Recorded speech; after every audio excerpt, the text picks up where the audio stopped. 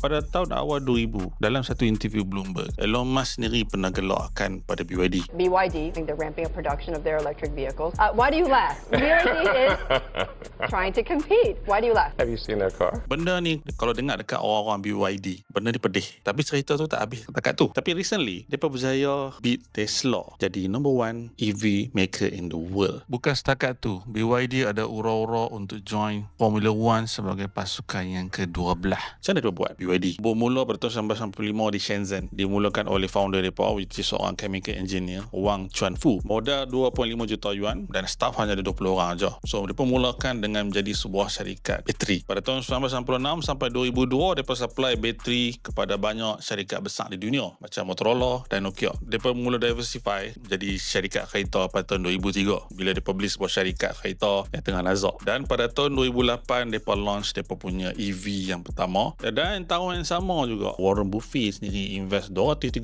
juta dekat mereka. Itu validasi sebenar bahawa BYD ni going to be big bila ada investor besar invest kat hang. Dan pada tahun 2020, kita boleh nampak hasil pertama yang BYD dah buat. Dia menghasilkan teknologi blade battery LFP. Orang lain dah tinggalkan LFP sebab berat, tapi BYD optimize design LFP buatkan dia lebih selamat, cukup energy density dan juga cost rendah. So bila dia berjaya buatkan EV jadi murah, market mula berpaksi kepada mereka. Jualan EV BYD pada tahun 2020 130,000 dan sejak tu dia mula naik sampailah 2023 jadi 1.5 juta mereka jual. Ditambah pula China ni support industri electric vehicle mereka dengan bantuan kerajaan 4.3 bilion 2015 sampai 2020. Itu membuatkan BYD ni lagi berkembang dengan laju. Dan pada tahun 2025, BYD berjaya mengalahkan Tesla jadi number one in the world bila mana mereka menjual lebih dari 2.2 juta unit berbanding dengan Tesla hanya 1.6 juta unit di dunia.